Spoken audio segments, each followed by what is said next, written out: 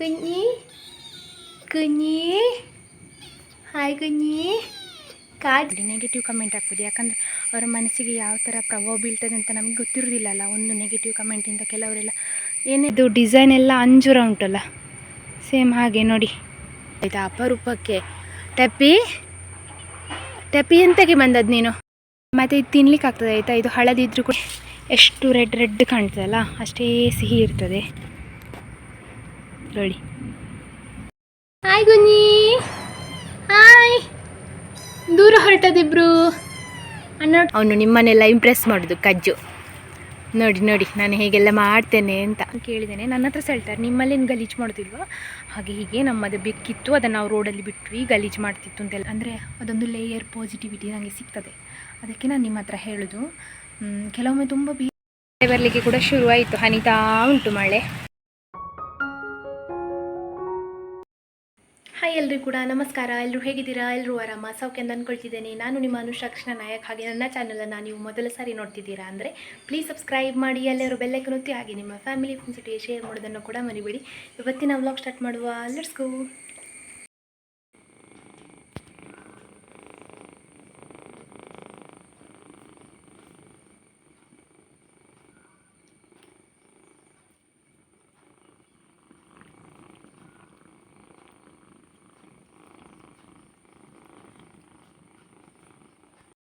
June 2 ತಾರೀಕಿಗೆ ಯಾರ್ದೆಲ್ಲ birthday ಉಂಟು ನಿಮಗೆ ಎಲ್ಲರಿಗೂ ಸಹ ವಿಶ್ ಹ್ಯಾಪಿ ಬರ್ತ್ಡೇ, ಹುಟ್ಟುಹಬ್ಬದ ಹಾರ್ದಿಕ ಶುಭಾಶಯಗಳು. ಯಾವಾಗಲೂ ಖುಷಿಯಾಗಿ ನಗ್ತಾ ಇರಿ. ಹಾಗೆ ಜೂನ್ 2 ತಾರೀಕಿಗೆ ಯಾರ್ದೆಲ್ಲ ಬರ್ತ್ಡೇ ಉಂಟು ಅವರಿಗೆ ಈ ವ್ಲಾಗನ್ನು ಶೇರ್ ಮಾಡಿ ಹ್ಯಾಪಿ ಬರ್ತ್ಡೇ ಹೇಳೋದನ್ನು ಮರಿಬೇಡಿ. ನಿಮ್ಮದು ಫ್ಯಾಮಿಲಿಯಲ್ಲಿ ನಿಮ್ಮದು ರಿಲೇಟಿವ್ಸ್ದು ಕಸಿನ್ಸಿದು ಮಕ್ಕಳದ್ದು ಯಾರ್ದಾದ್ರು ಬರ್ತ್ಡೇ ಇದ್ದರೆ 2 ದಿವಸ ಮುಂಚೆನೇ ಹಾಕಿಡಿ ನನಗೆ ಕಮೆಂಟಲ್ಲಿ ಹೆಸರು ಮತ್ತು ತಾರೀಕು. ನಾನು ಅದನ್ನು ಬೆಳಗ್ಗೆನೇ ವಿಶ್ ಮಾಡ್ತೇನೆ. ಕುഞ്ഞി ಇಬ್ಬರು ಅಮ್ಮ ಹೊರಗೆ ಹೋದರು ಅಂತೇಳಿ ಹುಡುಕೋದು. ಕುഞ്ഞി ಇವತ್ತು ಸಹ ಹೊರಗೆ ಹೋಗ್ತಾನೆ. ಈಗ ಅಮ್ಮ ಹೊರಗೆ ಹೋಗಿ ಆಟಾಡ್ತಾ ಇದ್ದಾಳೆ, ಅದಕ್ಕೆ ಇವರಿಗೆ ಸಹ ಹೊರಗೆ ಹೋಗಬೇಕು ಅಂತ ಹೊರಟಿದ್ದಾರೆ ಇಬ್ಬರು. ಗಳಿ ಕುഞ്ഞി ಎಂತ ದೂರ ಹೋಗುದು ನೀನು? ಪಡಿ ಓಯ್. ಅಮ್ಮ ಹೊರಗೆ ಹೋಗಿದ್ದಾಳೆ, ಅಲ್ಲಿ ಆಟಾಡ್ತಾ ಇದ್ದಾಳೆ. ಕುഞ്ഞി ಕುഞ്ഞി ಕುഞ്ഞി ಹಾಯ್ ಕುഞ്ഞി. ಕಾದಿ ಗುರುಂಚೆ ನಾವಂಜಿ ಕುഞ്ഞി. ಅವಳದು ಕಣ್ಣು ಡಬಲ್ ಕಲರ್ ಕಣ್ಣು ನಲ್ಲಿ ನಿಲ್ಲು ಮಾರೈತಿ ಒಮ್ಮೆ ಈಕೊಳ್ಳಿ. ನಾನು ಮುಂಚೆ ಬೇರೆಯವರ ಮನೆಯಲ್ಲಿ ನೋಡ್ತಿದ್ದೆ ಇಂಥ ಬೇಕನ್ನು, ಈಗ ನಮ್ಮ ಮನೆಯಲ್ಲೇ ಆಗಿದೆ ಕುഞ്ഞു. ಬೆಳಗ್ಗೆ ತಿಂಡಿ ಎಲ್ಲ ಆಗಿ ನಾನೀಗ ದನಗಳನ್ನು ಹೊರಗಡೆ ಕಟ್ಟಿ ಬಂದು ಊಟ ಇಟ್ಟು ಸೊಪ್ಪಿಗೆ ಹೋಗ್ತಿದ್ದೇನೆ. ನಾನು ನಿನ್ನೆ ನಿಮಗೆ ಹೇಳಿದ್ದೆ ನನಗೆ ಹೀಗೆಲ್ಲ ಮೆಸೇಜ್ ಬರ್ತದೆ ಅಂತ ಹೇಳಿ. ಹಾಗೆ ಬರೋದು ಸಾಮಾನ್ಯ ಆಯಿತಾ, ನನಗೆ ಸುಮಾರು ಸರ್ತಿ ಬಂದಿದೆ. ಆದರೆ ನಾನು ಹೇಳಿರಲಿಲ್ಲ ನಿಮ್ಮ ಹತ್ರ. ಯಾಕೆ ಹೇಳಿದ್ದೇನೆ ಅಂದರೆ ಕೆಲವರೆಲ್ಲ ಅಂದ್ಕೊಳ್ತಾರೆ ವ್ಲಾಗರ್ಸ್ ಅವರಿಗೆ ಲೈಫ್ ಈಸಿ, ಚೆಂದ ಹಣ ಬರ್ತದೆ, ಮನೆಯಲ್ಲಿ ಜಾಲಿಯಾಗಿರ್ಬೋದು ಅಂತ. ಅಂದರೆ ನಾವು ಸಹ ಹೀಗೆಲ್ಲ ಅನುಭವಿಸ್ತೇವೆ, ಅದಕ್ಕೆ ಗೊತ್ತಾಗಲಿ ಅಂತ ಹೇಳಿದ್ದು. ಅಂದರೆ ನನಗೆ ಹೇಳಬೇಕು ಅಂತ ಇರಲಿಲ್ಲ, ಆದರೆ ನನಗೆ ಅದು ಉಂಟಲ್ಲ ನೋಡಿ ನೋಡಿ ಸುಮಾರು ಸಮಯದಿಂದ ನೋಡಿ ನೋಡಿ ಸಾಕಾಗಿತ್ತು. ಅದಕ್ಕೆ ಒಮ್ಮೆ ನಿಮ್ಮ ಹತ್ರ ಸಹ ಹೇಳುವ ಹೀಗೆಲ್ಲ. ಅಂದರೆ ನನಗೆ ಅದು ಬಂದದ್ದು ನನಗೆ ನನ್ನ ವ್ಲಾಗ್ ರಿಲೇಟೆಡ್ ಆಗಿ ಅಲ್ಲ, ಅದಕ್ಕೋಸ್ಕರ ಹೇಳುವ ಅಂತ ಅನಿಸಿತು. ಮತ್ತು ಬಾಕಿ ಬಿಟ್ಟರೆ ನನಗೆ ಅವ್ರ ಮೇಲೆ ಎಂತ ಹೇಟಿಲ್ಲ. ನಾನಂತೂ ಇಲ್ಲಿ ತನಕ ಇಷ್ಟು ಸಮಯದಲ್ಲಿ ನನಗೆ 2018ರಿಂದ ಫೋನ್ ಬಂದಿದೆ. ಇಲ್ಲಿ ತನಕ ಒಬ್ಬರಿಗೆ ಸಹ ನೆಗೆಟಿವ್ ಕಮೆಂಟ್ ಹಾಕಿದವಳೇ ಅಲ್ಲ ಆಯಿತಾ. ಸಪೋರ್ಟಿವ್ ಆಗಿ ಸುಮಾರು ಸಲ ಕಮೆಂಟ್ ಹಾಕಿದ್ದೇನೆ, ಕೆಲವರಿಗೆ ಚಿಯರ್ ಅಪ್ ಮಾಡಿದ್ದೇನೆ. ಮತ್ತು ಒಳ್ಳೆಯದಾಗಿತ್ತು, ತುಂಬ ಒಳ್ಳೆ ಕಾಂಟೆಂಟ್ ಅಂತಂದರೆ ಒಳ್ಳೆ ಕಂಟೆಂಟ್ ಅಂತ ಹೇಳಿ ಸಹ ಕಮೆಂಟ್ ಹಾಕಿದ್ದೇನೆ. ಆದರೆ ಇಲ್ಲಿ ತನಕ ಯಾರ್ದು ಮನಸ್ಸಿಗೆ ನೋವಾಗುವ ಹಾಗೆ ಎಲ್ಲ ಯಾರಿಗೆ ಮೆಸೇಜ್ ಸಹ ಹಾಕಲಿಲ್ಲ, ಯಾರಿಗೆ ಕಮೆಂಟ್ ಕೂಡ ಹಾಕಲಿಲ್ಲ. ನಾನು ಮುಂದೆ ಕೂಡ ಹಾಕೋದಿಲ್ಲ. ಯಾಕಂದರೆ ನನಗೆ ನಾನೊಂದು ಕ್ರಿಯೇಟರ್ ಆಗಿ, ನಾನೊಂದು ಯೂಟ್ಯೂಬರ್ ಆಗಿ ನನಗೆ ಸಹ ಬೇರೆಯವ್ರದ್ದು ಪ್ರಾಬ್ಲಮ್ ಗೊತ್ತಾಗ್ತದೆ. ಕೆಲವುದೆಲ್ಲ ಕಮೆಂಟ್ ಸೆಕ್ಷನ್ ನೋಡುವಾಗ ಎಷ್ಟು ಇವರಿಗೆ ನೆಗೆಟಿವ್ ಕಮೆಂಟ್ ಹಾಕ್ತಾರೆ, ಎಷ್ಟು ಹೇಟ್ ಕಮೆಂಟ್ ಹಾಕ್ತಾರೆ ಅಂತ ಅನಿಸ್ತದೆ. ಆದರೆ ನಾನು ಯಾವತ್ತೂ ಕೂಡ ಯಾರಿಗೆ ಸಾಕಲಿಲ್ಲ. ನನ್ನನ್ನು ನೋಡೋರು ನೀವು ಸಹ ಯಾರು ಸಹ ಬೇರೆಯವರಿಗೆ ಯಾರು ನಿಮಗೆ ಇಷ್ಟ ಆಗಲಿಲ್ಲ ಆದರೂ ಸ್ಕಿಪ್ ಮಾಡಿಬಿಡಿ. ಇಲ್ಲಾಂದರೆ ಎಂತ ಬರೀಲಿಕ್ಕೆ ಹೋಗ್ಬೇಡಿ. ನಿಮ್ಗೆ ಇಷ್ಟ ಇಲ್ಲ ಅಂದರೆ ಅವರನ್ನು ನೋಡೋದನ್ನೇ ಬಿಡಿ. ಆ ಥರ ಮಾಡಿ, ನೆಗೆಟಿವ್ ಕಮೆಂಟ್ ಹಾಕ್ಬಿಡಿ. ಯಾಕಂದರೆ ಅವರ ಮನಸ್ಸಿಗೆ ಯಾವ ಥರ ಪ್ರಭಾವ ಬೀಳ್ತದೆ ಅಂತ ನಮಗೆ ಗೊತ್ತಿರೋದಿಲ್ಲಲ್ಲ. ಒಂದು ನೆಗೆಟಿವ್ ಕಮೆಂಟಿಂದ ಕೆಲವರೆಲ್ಲ ಏನೆಲ್ಲ ಮಾಡ್ಕೊಳ್ಳೋರು ಕೂಡ ಇದ್ದಾರೆ, ಯಾವ್ಯಾವ ನಿರ್ಧಾರ ತಗೊಳ್ಳೋರು ಕೂಡ ಇದ್ದಾರೆ. ಅದಕ್ಕೋಸ್ಕರ ಹೇಳಿದ್ದು. ಬಾಕಿ ನೀವೆಲ್ಲ ಯಾರು ಹಾಕೋದಿಲ್ಲ ನನಗೆ ಗೊತ್ತುಂಟು. ನನಗೆ ಎಷ್ಟು ಜನ ಸಪೋರ್ಟ್ ಮಾಡಿದ್ದೀರಾ, ನಾನು ಇಷ್ಟು ಪಾಸಿಟಿವ್ ಆಗಿದ್ದೇನೆ ಅಂದರೆ ನೀವೇ ಕಾರಣ. ಹಾಗೆ ಸೊಪ್ಪಿಗೆ ಬಂದೆ. ಒಂದು ಕಟ್ಟ ಸೊಪ್ಪು ಮಾಡಿ ಹೋಗುವ. ಇವತ್ತು ಸೋಮವಾರ, ನನಗೆ ಆದರೆ ವಿ ಅವರ ಹತ್ರ ಹೋಗಲಿಕ್ಕೆ ಉಂಟು ಗ್ರಾಮ ಪಂಚಾಯತಿಯಲ್ಲಿ. ಅದಕ್ಕೋಸ್ಕರ ಒಂದು ಕಟ್ಟ ಸೊಪ್ಪು ಮಾಡಿ ಹೋದರೆ ನನಗೆ ಮತ್ತೆ ಒಂದು ಕಷ್ಟಪಡಲಿಕ್ಕೆ ಅಂತಿಲ್ಲ. ಮತ್ತು ಅಲ್ಲಿಂದ ಇನ್ನೊಂದು ಕಡೆ ಹೋಗಲಿಕ್ಕೆ ಉಂಟಾ ಅಂತ ಸಹ ಗೊತ್ತಿಲ್ಲ, ನೋಡುವ. ಹಾಗೆ ಸೊಪ್ಪು ಮಾಡಿ ಮನೆಗೆ ಬಂದೆ. ಮತ್ತು ಇವತ್ತು ಸಹ ಹಾಗೆ ದನಗಳು ಓಡಿದ್ರು. ದನಗಳಂದರೆ ಅವಳು ಕಪ್ಪು ಇದ್ದಿದ್ದಾಳಲ್ಲ ಮಂಗಳಗೌರಿ, ಅವಳು ಓಡೋದೇ ಆಯಿತು. ಎಂತಕ್ಕೆ ಓಡ್ತಾಳೆ ಗೊತ್ತಿಲ್ಲ ಮಾತ್ರ ನನಗೆ. ಹಾಗೆ ಅವಳನ್ನು ಫಾಲೋ ಮಾಡಿ ಮಾಡಿ ಮಾಡಿ ಹೇಗೋ ಕರ್ಕೊಂಡು ಬಂದು ಮನೆ ಹತ್ರ ಕಟ್ಟಿ ಹಾಕಿದ್ದೆ. ಸ್ನಾನ ಮಾಡಿಸ್ತೇನಲ್ಲ ದನಗಳನ್ನು, ಅಲ್ಲಿ ಕಟ್ಟಿ ಹಾಕಿದ್ದೆ. ಅಮ್ಮ ಬಂದರೆ ಮತ್ತೆ ಮಗಳು ಕೇಳ್ತಾಳೆ, ಹಾಗೆ ಅವಳನ್ನು ಸಹ ಕೇಳಿ ಇಲ್ಲಿ ಕಟ್ಟಿದ್ದೇನೆ. ಇನ್ನೊಂದು ಅರ್ಧ ಗಂಟೆ ಮೇಲಿ ಮತ್ತೆ ಅವರನ್ನು ಅವರ ಪ್ಲೇಸಲ್ಲಿ ಕಟ್ಟೋದು. ಅವಳು ಓಡೋದು ನಿಲ್ಲಕ್ಕೆ ಎಂತ ಮಾಡೋದು ಗೊತ್ತಿಲ್ಲ. ಇವತ್ತುಂಟಲ್ಲ ಫ್ರಂಟಿದೆರಡು ಕಾಲಿಗೆ ಹಗ್ಗ ಕಟ್ಟಿದ್ದೇನೆ, ಆದರೂ ಓಡ್ತಾಳೆ ಅಂತ ನಾನು ಅಂದ್ಕೊಂಡಿದ್ದೆ. ಈ ಒಮ್ಮೆ ಆಚೆ ಮಡಿಕೇರಿ ಸೈಡ್ ಹೋಗಿರುವಾಗ, ಶನಿವಾರ ಸಂತೆ ಆಚೆ ಸೈಡ್ ಹೋಗಿರುವಾಗ ದನಗಳಿಗೆ ಅವರು ಹಗ್ಗ ಕಟ್ಟಿದ್ರು ಕಾಲಿಗೆ. ಹಾಗೆ ಕಟ್ಟಿದ್ರಿಂದ ಅವರು ಅದಕ್ಕೆ ಫಾಸ್ಟ್ ಹೋಗಲಿಕ್ಕೆ ಆಗೋದಿಲ್ಲ ಅಂತ ಹೇಳಿದರು ನನಗೆ. ಒಬ್ಬರು ಹೇಳಿದರು ಅದು ತುಂಬ ಓಡೋದಿಲ್ಲ, ಅದು ನಿಧಾನಕ್ಕೆ ಹೋಗ್ತದೆ ಅಂತ. ಅದೇ ಥರ ಕಟ್ಟಿದ್ದೈತೆ ಇವಳು, ಆದರೂ ಕೂಡ ಓಡ್ತಾಳೆ. ಹಾಗೆ ನನಗೆ ಇಂಥ ಸೈಡೇ ಇಲ್ಲ ಅಂತ. ಈಗ ಫಸ್ಟಿಗೆ ಕರ್ಕೊಂಡೋಗಿ ಹೊರಗಡೆ ಕಟ್ಟಿದ ತಕ್ಷಣ ಮೇಯ್ತಾರೆ, ಮತ್ತು ಸೀದಾ ಮನೆಗೆ ಓಡಿ ಬರೋದು, ತೋಟ ಇಡೀ ಓಡೋದು, ಎಲ್ಲಿಂದ ಹೊಳೆಗೆ ಓಡೋದು. ಎಂತ ಮಾಡಲಿ ಅಂತ ತಲೆ ಓಡೋದಿಲ್ಲ ಅಂತ. ಹಾಗೆ ಆಗುವಾಗ ಇನ್ನು ನಾಳೆಯಿಂದ ಎಂತ ಮಾಡೋದು ಗೊತ್ತಿಲ್ಲ. ಈಗ ಹೇಗೋ ಮಧ್ಯಾಹ್ನ ಆಗ್ತಾ ಬಂತು, ಇನ್ನೊಂದು ಸಾಂಬಾರಿಗೆ ಪ್ರಿಪೇರ್ ಮಾಡಬೇಕು. ಸಾಂಬಾರಿಗೆ ಇವತ್ತು ಬಸಳೆ ಮಾಡುವ ಅಂತ ಅಂದ್ಕೊಂಡಿದ್ದೇನೆ. ಇನ್ನು ಸ್ವಲ್ಪ ಹೊತ್ತಾದ್ಮೇಲೆ ಅವ್ರನ್ನ ಕರ್ಕೊಂಡು ಬಂದು ಕಟ್ಟಿ ಹಾಕಬೇಕು ಸಾಂಬಾರಾದ ತಕ್ಷಣ.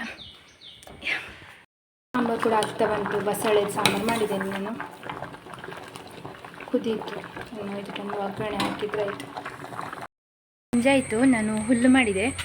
ಹುಲ್ಲು ಒಂದು ಕಟ್ಟಾಗುವಷ್ಟು ಮಾಡಿದೆ ಇವತ್ತು. ಮನೆ ಎದುರು ಅಲ್ಲಿ ಹೂವಿನ ಸಾಲಿನ ಕೆಳಗಡೆ ಹುಲ್ಲು ಇರಲಿಕ್ಕಿತ್ತು. ಅಂದರೆ ಅದು ಬಲ್ಲೆ ಎಲ್ಲ ಆಗಿ ಹೂ ಗಿಡ ಎಲ್ಲ ಮುಚ್ಚಿ ಹೋಗಿತ್ತು. ಅದಕ್ಕೆ ಈಗ ಅದರದ್ದೆಲ್ಲ ಬಲ್ಲೆ ಎಲ್ಲ ಬಿಡಿಸಿ ಒಂದು ಆಲ್ಮೋಸ್ಟ್ ಕಂಪ್ಲೀಟ್ ಆಯಿತು. ನಾಳೆ ಆದರೆ ಪೂರ್ತಿ ಕಂಪ್ಲೀಟ್ ಆಗ್ತದೆ. ಹೂ ಗಿಡ ಇಲ್ಲ ಅಲ್ಲಿ, ಆದರೆ ನಮ್ಮ ಸೈಡಿಗೆ ಬೌಂಡ್ರಿ ಉಂಟು. ಹಾಗೆ ಟಿಂಕಿ ಕೂರನ ಒಂದು ಸ್ವಲ್ಪ ಅವಾಯ್ಡ್ ಮಾಡಿ ಆಯಿತಾ. ಅವರಿಬ್ಬರಲ್ಲಿ ಹಲಸಿನ ಹಣ್ಣಿಗೆ ಗಲಾಟೆ ಮಾಡೋದು. ಈಗ ಸಂಜೆ ಹಲಸಿನ ಹಣ್ಣು ಕೊಯ್ಯಬೇಕು ದೋಸೆ ಮಾಡಲಿಕ್ಕೆ. ಮತ್ತು ಮೋಡಾಗಿದೆ. ನನಗೆ ಆಗ ಹುಲ್ಲಿರುವಾಗ ಒಂದು ಕಾಯಿ ಕಂಡಿತ್ತು, ಅದನ್ನು ನಿಮಗೆ ತೋರಿಸುವ ಅಂತ ಅಂದ್ಕೊಂಡೆ. ಅಂದರೆ ನಾನು ಆಗ ಫೋನ್ ತೆಕ್ಕೊಂಡು ಹೋಗಿರಲಿಲ್ಲ. ಹುಲ್ಲಿರುವಾಗ ಸೇಮ್ ಅದು ನೋಡಲಿಕ್ಕೆ ಅಂಜೂರದ ಹಾಗೆ, ಅದು ತಿನ್ಲಿಕ್ಕೆ ಆಗೋದಿಲ್ಲ. ಬಟ್ ನೀವು ನೋಡಿದರೆ ನಂಗೆ ಕಮೆಂಟಲ್ಲಿ ಹೇಳಿ. ಅದರೊಳಗಡೆ ನೀರು ಇರ್ತದೆ. ನಾನು ಓಪನ್ ಎಲ್ಲ ಮಾಡಿ ನೋಡಿದೆ. ಬನ್ನಿ ನಿಮಗೆ ತೋರಿಸ್ತೇನೆ. ನಾನು ಹುಲ್ಲಿ ಹೀಗೆ ಕ್ಲೀನ್ ಮಾಡಿದೆ ಆಯಿತಾ. ಇನ್ನು ಇದರ ಎಂಡಿಗೆ ಆಚೆ ಸಹ ಉಂಟು. ಇಲ್ಲೆಲ್ಲ ನಮ್ಮ ಹೂವಿನ ಗಿಡ ಉಂಟಲ್ಲ, ಇದಕ್ಕೆಲ್ಲ ಅದು ಬಲ್ಲೆ ಅಂದರೆ ಈ ಬಳ್ಳಿಗಳು ಸುತ್ತಿಕೊಂಡು ಹಾಳಾಗಿ ಹೋಗಿತ್ತು. ಅದಕ್ಕೆಲ್ಲ ಕ್ಲೀನ್ ಮಾಡಿದ್ದು. ಅದು ಟಪ್ಪಿ ಬಂದಿಲ್ಲ ಆಯಿತಾ, ಅಪರೂಪಕ್ಕೆ. ಟಪ್ಪಿ ಎಂತಕ್ಕೆ ಬಂದದ್ದು ನೀನು? ಅವಳೆಂತ ಹಿಡಿಯುವುದಿಲ್ಲ, ಮಾತ್ರ ಉಪದ್ರ ಕೂಡ ಇಲ್ಲ. ಅವಳಷ್ಟಕ್ಕೆ ಇದ್ಲು ನಾನು ಹುಲ್ಲಿರುವ ತನಕ. ಹಾಗೆ ಶಂಭು ಆದರೆ ಕೂತ್ಕೊಳ್ಳಿಕ್ಕಿಲ್ಲ, ಬಂದು ಕೇಳೋದು, ಮಿಡ ತಿಡ್ದು ಕೊಡು ಅಂತ. ಇವಳದಂಥದ್ದು ಉಪದ್ರ ಎಂತ ಇರಲಿಲ್ಲ, ಸುಮ್ಮನೆ ಕೂತಿದ್ಲು. ಅಪರೂಪಕ್ಕೆ ಬಂದದ್ದು ಇವಳು, ಇಲ್ಲದ್ರೆ ಬರುವುದಿಲ್ಲ ಆಯಿತಾ ಟಪ್ಪಿ. ಅವಳು ಮನೆಯಲ್ಲೇ ಇರ್ತಾಳೆ. ಹೇಳಿದ್ದು ಈ ಕಾಯಿ ಆಯಿತಾ. ಇದು ಸೇಮ್ ಸುಮಾರು ಇತ್ತು ಇಲ್ಲಿ. ಈಗ ನಾನು ಇದು ನಿಮಗೆ ವ್ಲಾಗಿಗೆ ಅಂತೇಳಿ ಇದಿಷ್ಟು ಉಳಿಸ್ತೇನೆ, ಬೇರೆ ಎಲ್ಲ ತೆಗೆದೆ. ಇದರದ್ದು ಸೊಪ್ಪು ಉಂಟಲ್ಲ, ದನಗಳು ಕರು ಹಾಕಿ ಆದಮೇಲೆ ಅವುಗಳು ಕಸ ಹಾಕೋದಿಲ್ಲಲ್ಲ, ಆಗ ಉಪಯೋಗ ಆಗ್ತದೆ ಆಯಿತಾ. ಆ ಸೊಪ್ಪು ಹಾಕಿದರೆ ಅದು ಕಸ ಬೇಗ ಹಾಕ್ತದೆ ಅಂತ. ನೋಡಿ ಹೀಗೆ ಬಳ್ಳಿ ಇರ್ತದೆ, ಈ ಬಳ್ಳಿಯಲ್ಲಿ ಕಾಯಿ ಆಗುವಂಥದ್ದು. ಭಾಗ ಮಾಡಲಿಕ್ಕೆ ಸ್ವಲ್ಪ ಕಷ್ಟ ಉಂಟು. ಹೇಗೆ ಇವುಗಳು ಹೀಗೆ ಓಪನ್ ಆಗ್ತದೆ. ನೋಡಲಿಕ್ಕೆ ಸೇಮ್ ಇದರೊಳಗಡೆದು ಡಿಸೈನ್ ಎಲ್ಲ ಅಂಜೂರ ಉಂಟಲ್ಲ, ಸೇಮ್ ಹಾಗೆ ನೋಡಿ. ಸುಮಾರು ಬೀಜ ಇರ್ತದೆ, ಆದರೆ ಇದರೊಳಗಡೆ ನೀರು ಇರ್ತದೆ ಅಂತ. ನಾನು ಸಹ ಟೇಸ್ಟ್ ಮಾಡಿ ನೋಡಿದೆ, ಸಿಹಿ ಎಂತ ಸಹ ಇಲ್ಲ. ಖಾಲಿ ನೀರು ಕುಡಿದ್ರೆ ನೀರಿದ್ದು ಟೇಸ್ಟ್ ಹೇಗೆ ಅದೇ ಥರ. ಇಕೊಳ್ಳಿ, ನೋಡಲಿಕ್ಕೆ ಸೇಮ್ ಅಂಜೂರನೇ. ಇದು ಹೊಡಿಲಿಕ್ಕೆ ಕಷ್ಟ ಉಂಟಾ ಅಂತ ಇಲ್ಲ. ಇಕೊಳ್ಳಿ, ಇದರಲ್ಲಿ ಸಹ ನೀರಿತ್ತು, ಫುಲ್ ನೀರಿರ್ತದೆ. ಇದು ಹೇಗೆ ಇದರಲ್ಲಿ ನೀರು ತುಂಬೋದು, ಬೊಂಡದಲ್ಲಿ ನೀರು ತುಂಬಿದಾಗೆ ಅಂತ ಗೊತ್ತಿಲ್ಲ ನೋಡಿ. ನಿಮಗೆ ಗೊತ್ತುಂಟಾ ಇದರ ಹೆಸರು ಅಂತ ಹೇಳಿ ನನಗೆ ಕಮೆಂಟಲ್ಲಿ. ಮೋಸ್ಟ್ಲಿ ಪಾಜೀವು ಅಂತ ಹೇಳ್ತಾರೆ ಕಾಣ್ತದೆ ತುಳುವಲ್ಲಿ. ನಮ್ಮ ಕೊಂಕಣಿಯಲ್ಲಿ ಬೋಕಂಡೆಚೆ ಸೊಪ್ಪು, ಬೋಕಂಡೆದು ಪಳ ಅಂತ ಹೇಳ್ತೇವೆ. ತಿನ್ನಲಿಕ್ಕೇನಾಗೋದಿಲ್ಲ, ಆದರೆ ನೋಡ್ಲಿಕ್ಕೆ ಒಂಥರ ಚೆಂದ ಉಂಟು ಅಂಜೂರದಾಗೆ. ಅಂಜೂರದೇ ಪ್ರಭೇದ ಇರಬಹುದು. ಈ ಕೇಪುಳದು ಹಳದಿ ಕೇಪುಳ ಉಂಟಲ್ಲ, ಅದರದ್ದು ಹಣ್ಣಾಗಿದೆ. ಕಾಯಿ ಇರುವಾಗ ಹೀಗೆ ಹಸಿರು ಕಲರ್ ಇರ್ತದೆ, ಹಣ್ಣಾಗುವಾಗ ಹಳದಿ ಆಗ್ತದೆ. ಇದರದ್ದು ಹೂ ಕೂಡ ಹಳದಿಯೇ. ಮತ್ತು ಇದು ತಿನ್ಲಿಕ್ಕೆ ಆಗ್ತದೆ ಆಯಿತಾ. ಇದು ಹಳದಿದ್ರೂ ಕೂಡ ಸಿಹಿ ಇರ್ತದೆ ತಿನ್ನಲಿಕ್ಕೆ. ನಾನು ಯಾವಾಗಾದರೂ ಹಣ್ಣಾಗ್ತಾ ಇರುವಾಗ ತಿಂತೇನೆ, ಅಂದರೆ ಬಾಕಿ ಬಿಡೋದಿಲ್ಲ, ತಿಂತೇನೆ. ಯಾಕಂದರೆ ಕೆಲವರಿಗೆಲ್ಲ ಇಂಥ ತಿನ್ನಲಿಕ್ಕೆ ಸಹ ಸಿಗೋದಿಲ್ಲಲ್ಲ, ನನಗೆ ಅದು ಸಿಗ್ತದೆ ತಿನ್ನಲಿಕ್ಕೆ. ಇನ್ನೂ ಉಂಟು 3-4 ಕೊಯ್ಯುವ ಬನ್ನಿ. ಅದು ಈ ಪಿಂಕ್ ಉಂಟಲ್ಲ ಅದರದ್ದು. ಒಂದು ನಿಮಿಷ ಟಿಂಕಿ, ಇವತ್ತು ಹುಲ್ಲಿಗೆ ಬರಲಿಲ್ಲ ನೀನು ಆಯಿತಾ, ಜಗಳ ಮಾಡಿ ಆಯಿತಾ. ಕಾಣ್ತದಲ್ಲ ಪಿಂಕ್ ಕಲರ್, ಅದರದ್ದು ಇದು ನೋಡಿ ಕಾಯಿ. ಇದು ಸಿಹಿ ಇರ್ತದೆ.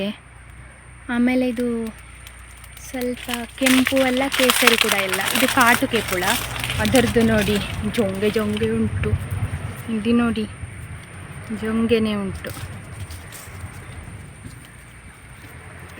ನಮಗೆಲ್ಲ ಇದು ಸಿಗ್ತಾ ಇರ್ತದೆ ತಿನ್ನಲಿಕ್ಕೆ. ನಿಮಗೆಲ್ಲ ಸಿಕ್ಕಿದ ಅಂತ ಹೇಳಿ ನನಗೆ ಕಮೆಂಟಲ್ಲಿ. ಇಷ್ಟ ಆಯಿತು. ಇನ್ನೊಂದು ಕಡೆ ಉಂಟು, ಅದನ್ನು ಕೊಯ್ಯುವ.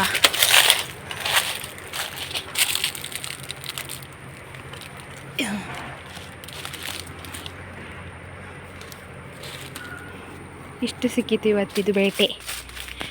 ಎಷ್ಟು ಚಂದ ಉಂಟಲ್ಲ ನೋಡಲಿಕ್ಕೆ, ಎಷ್ಟು ರೆಡ್ ಕಾಣ್ತದಲ್ಲ, ಅಷ್ಟೇ ಸಿಹಿ ಇರ್ತದೆ ನೋಡಿ.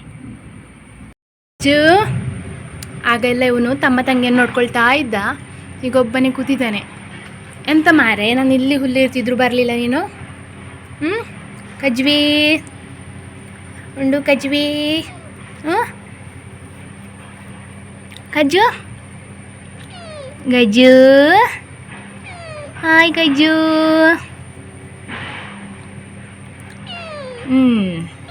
ಹಾಯ್ ಗುನಿ, ಹಾಯ್.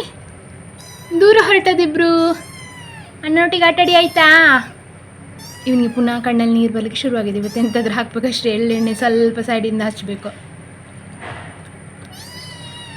ಎಂತ ಬೈಯುದೆಂತ ಕಣ್ಣ, ದೂರ ಹೊರಗೋದು. ಹೊರಗೆ ಹೋಗ್ಲಿಕ್ಕಿಲ್ಲ, ಸ್ವಲ್ಪ ದೊಡ್ಡಾಗಬೇಕು ನೀವು. ಕುഞ്ഞി, ಇವಳು ನೋಡಿ ನಮ್ಮ ಕ್ಯೂಟಿ. ಅಂಡಿ ಬಂದ ಅಂಡಿ. ಅವಳದು ಕಣ್ಣು ನೋಡಿ, ಒಂದು ನೀಲಿ ಒಂದು ಪಚ್ಚೆ. ಇಲ್ಲಿ ಅಣ್ಣ ಹೊರಗೆ ಆಟಾಡ್ತಿದ್ದಾನಲ್ಲ, ಅವನನ್ನು ನೋಡಲಿಕ್ಕೆ ಬಂದದ್ದು.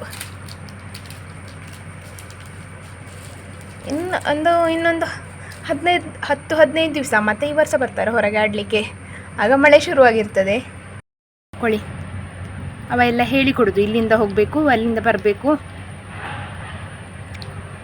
ಈಗ ಟಿಂಕಿಯನ್ನು ಕೂರನನ್ನು ನೋಡಿದರೆ ಹೆದರಿಕೆ ಆಗ್ತದೆ. ಇವಳು ಅಂದಾಜು ಮಾಡಿ ಹೋಗ್ತಾ ಇದ್ದಾಳೆ. ಶಂಭು ಸಹ ಬಂದ. 5 ಮಕ್ಕಳು ಅಮ್ಮಂದು ಇಲ್ಲೇ ಇದ್ದಾರೆ ಅಂಗಳದಲ್ಲಿ. ಕುഞ്ഞി,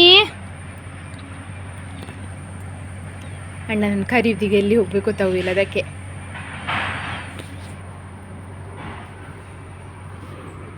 ಇವರಿಗೆ ಯಾರು ಕಲಿಸೋದು ಅಂತ ಗೊತ್ತಿಲ್ಲ ನೋಡಿ. ಅಂತೆ ಹುಲ್ಲು ಹೊಟ್ಟೆ ನೋವಾದರೆ ಎಲ್ಲಾದರೆ ಅವರಿಗೆ ಮದ್ದು ಹುಲ್ಲೇ ಆಯಿತಾ.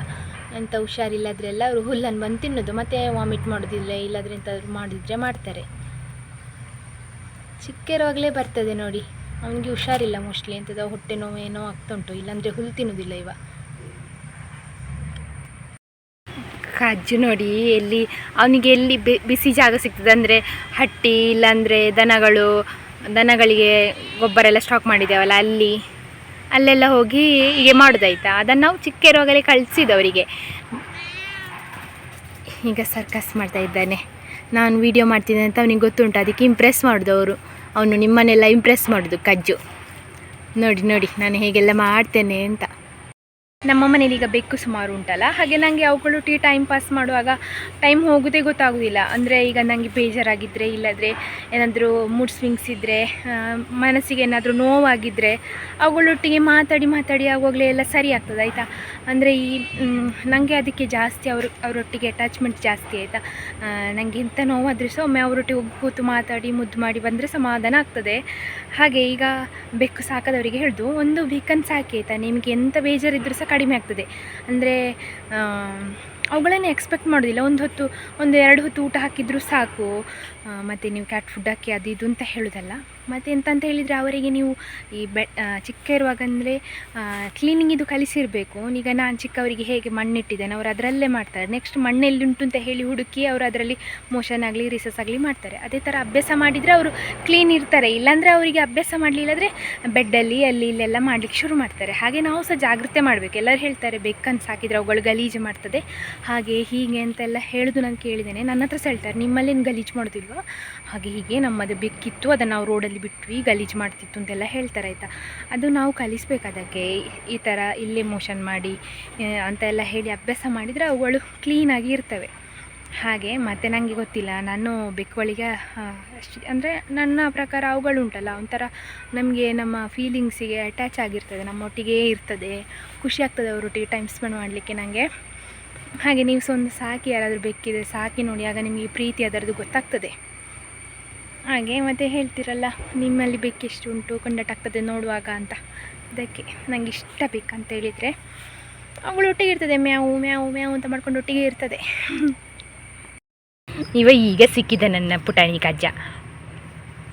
ಕಜ್ಜ ಏ ಮುದ್ದು ಕಜ್ಜ,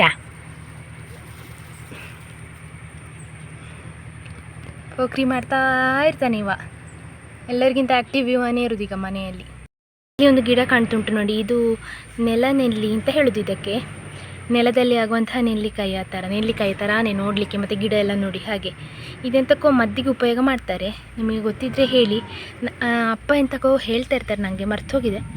ನಾನು ಜಾಸ್ತಿ ಉಂಟಲ್ಲ ಅವರದ್ದು ಮದ್ದಿದ್ದು ಕೆಲವೆಲ್ಲ ನನಗೆ ನೆನಪಿರೋದಿಲ್ಲ. ಹೇಳೋದು ಕೇಳಿದ್ದೇನೆ, ನೆಲನೆಲ್ಲಿದು ಬೇರು ಹಾಕಿ ನೆಲನೆಲ್ಲಿದು ಕಾಯಿ ಹಾಕಿ ಅಂತ ಬಂದವ್ರ ಹತ್ರ.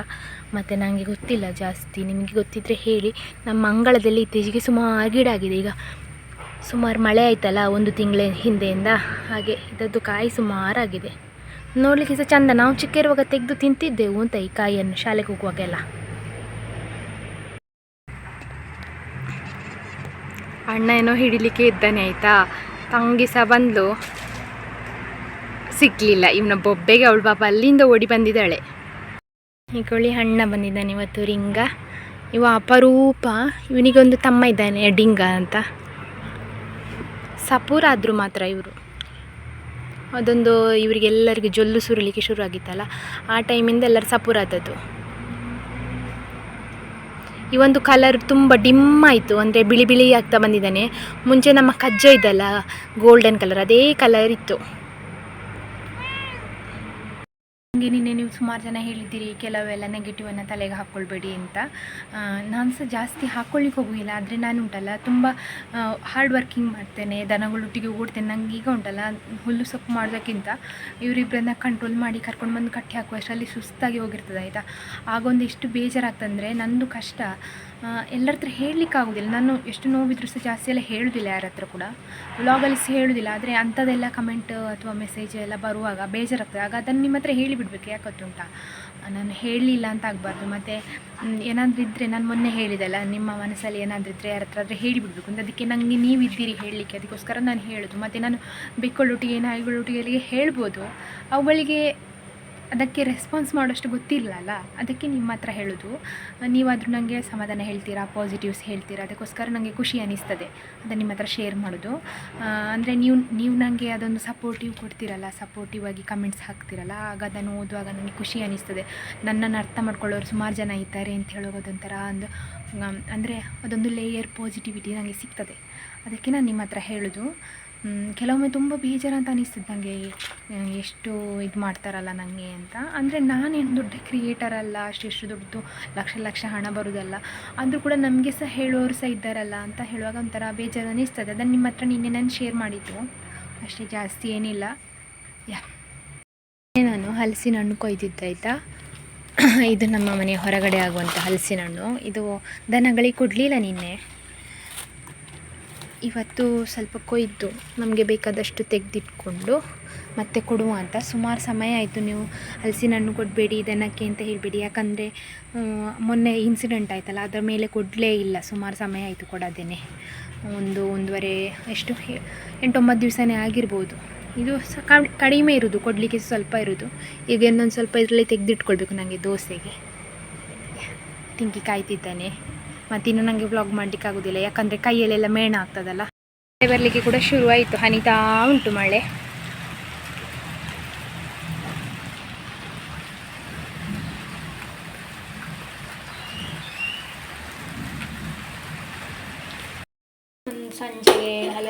ಇದು ದೋಸೆ ಮಾಡ್ತಾ ಇದ್ದೇನೆ. ಇವರು ಬರೋಕ್ಕಿಂತ ಮುಂಚೆ ರೆಡಿಯಾಗಿ ಬಿಡಬೇಕು ಚಹಾ. ಹಾಗೆ ಸ್ವಲ್ಪ ರೆಡಿ ಉಂಟು ದೋಸೆ, ಇನ್ನು ಹಿಟ್ಟಿಗೆ ಉಂಟು ಮಾಡ್ತಾ ಇದ್ದೀನಿ.